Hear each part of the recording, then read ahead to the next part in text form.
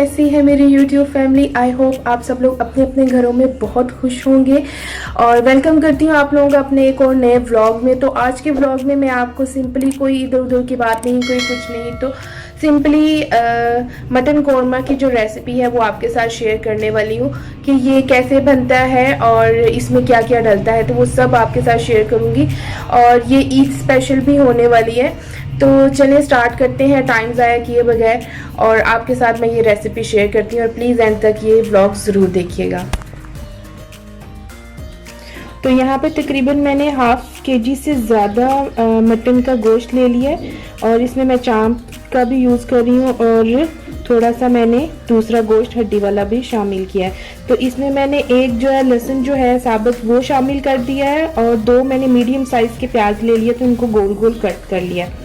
और इसके अंदर जो ड्राई मसाले हैं उनमें डलेगी दालचीनी। मैंने तकरीबन 1.5 छोटे छोटे पीस जो हैं वो दालचीनी के लिए और 5 मैंने लौंग लिए हैं और 2 चुटकी मैंने सौंफ लिया है, 2 चुटकी ही मैंने ज़ीरा लिया है और 2 चुटकी ही मैंने साबुत जो है धनिया वो लिया है। अब मैं इन सब को कुकर में डाल के इसको मैं दम लगा दूंगी और तकरीबन 1 गिलास फुल पानी का नहीं शामिल करेंगे, का पानी जो है वो कम ही रखेंगे। सारे मसाले जो थे वो इसमें शामिल कर लिए, ड्राई और लहसुन प्याज भी शामिल करके इसको मैंने कुकर में डाल दिया है। और इसमें डालेंगे थोड़ा सा गरम मसाला और हाफ टी स्पून जो है मैंने नमक का शामिल कर दिया। और अब मैं इसको प्रेशर लगा दूंगी तकरीबन 20 मिनट के लिए। और यहाँ जितनी देर में गोश्त गल रहा है तो हम लोग अपना दूसरा मसाला भी तैयार कर लेंगे। तो यहाँ सबसे पहले तो मैंने एक प्याज ले लिया था, मीडियम साइज़ का ही प्याज था। अब मैं उसको फ्राई करके निकाल लूँगी और जो उसका ऑयल बचेगा उसी के अंदर फिर मैं गोश्त को भी फ्राई करूँगी। तो सबसे पहले प्याज को फ्राई करके इसको मैं निकाल लेती हूँ, साथ में टमाटर वगैरह हरी मिर्चें वगैरह भी काट लेती हूँ। तो यहाँ मैंने ले ली है 3 टमाटर, 3 हरी मिर्चें और ये मेरी फेवरेट मोटी जो हरी मिर्च है वो। और इस अदरक को मैं स्लाइस काट लूँगी और इस लहसुन और अदरक की मैं पेस्ट बना लूँगी। तो चलो स्टार्ट करते हैं, इनकी भी कटिंग कर लेते हैं जल्दी से।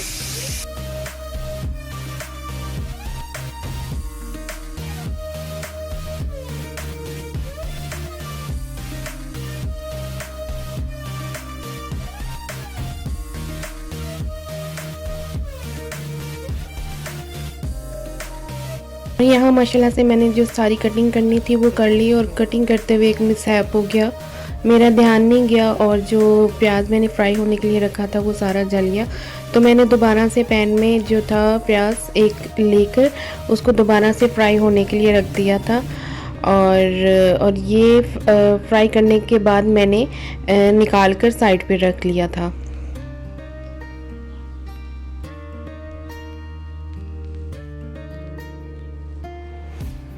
और इसके बाद जो ये स्पेशल किस्म का जो एक मसाला है दही का वो इसमें जाएगा कौरमे में।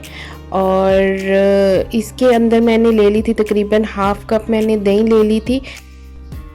और इसके अंदर सबसे पहले मैंने एक जो टीस्पून था भरकर मैंने लाल मिर्च पाउडर का डाल दिया था और हाफ से थोड़ा सा कम मैंने हल्दी को शामिल किया था।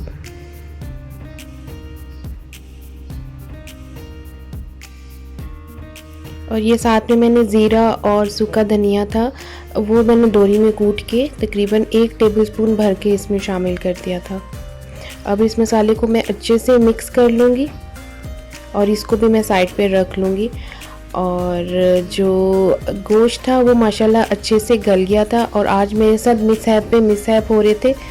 पहले तो प्याज जल गया, वो मुझे दोबारा फ्राई करना पड़ा और उसके बाद मैं स्पून जो थी मैं वो मेरे हाथ से टूट गया।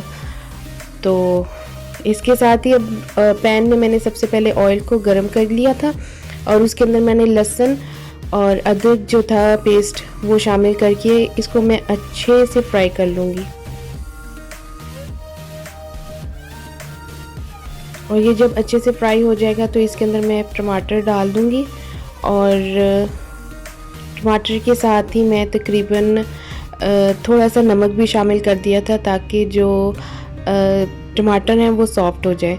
तो इसको मैंने मिक्स करके इसको कवर कर दिया था तकरीबन 3 से 4 मिनट के लिए, ताकि जो टमाटर हैं वो सॉफ्ट हो जाए और इनको भूनने में आसानी हो जाए।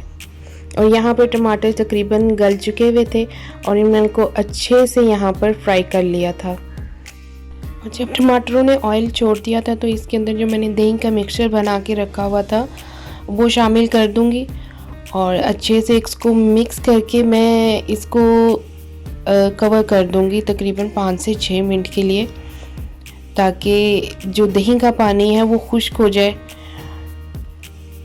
और यहाँ पे आलमोस्ट दही का पानी जो था वो खुश्क हो चुका हुआ था और अब इसको मैं कवर के बगैर इसको भून लूँगी और इतना भून लूँगी कि इस मसाले में से जो ऑयल है वो अलग हो जाएगा। और यहाँ पे तकरीबन इसके जो ऑयल था वो अलग हो गया था और मसाला अच्छे से भुन गया था। तो इसके अंदर अब मैं गोश्त डाल के इस मसाले के अंदर इस गोश्त को अच्छे से भून लूँगी, अच्छे से फ्राई कर लूँगी। और इसके साथ ही जो प्याज मैंने फ्राई करके साइड पे रखा था उसको मैंने हाथ से अच्छे से क्रश कर लिया था और जब ये गोश्त भुन गया था तो वो प्याज मैंने इसके अंदर शामिल कर दिया था।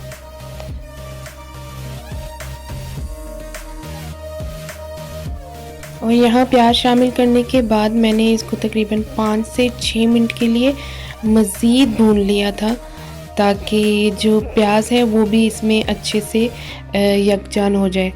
और लास्ट में मैंने इसके अंदर तकरीबन 1 गिलास जो था भर के वो पानी का शामिल कर दिया था और इसको कवर करके रख दिया था तकरीबन 15 से 20 मिनट के लिए अच्छे से पकने के लिए।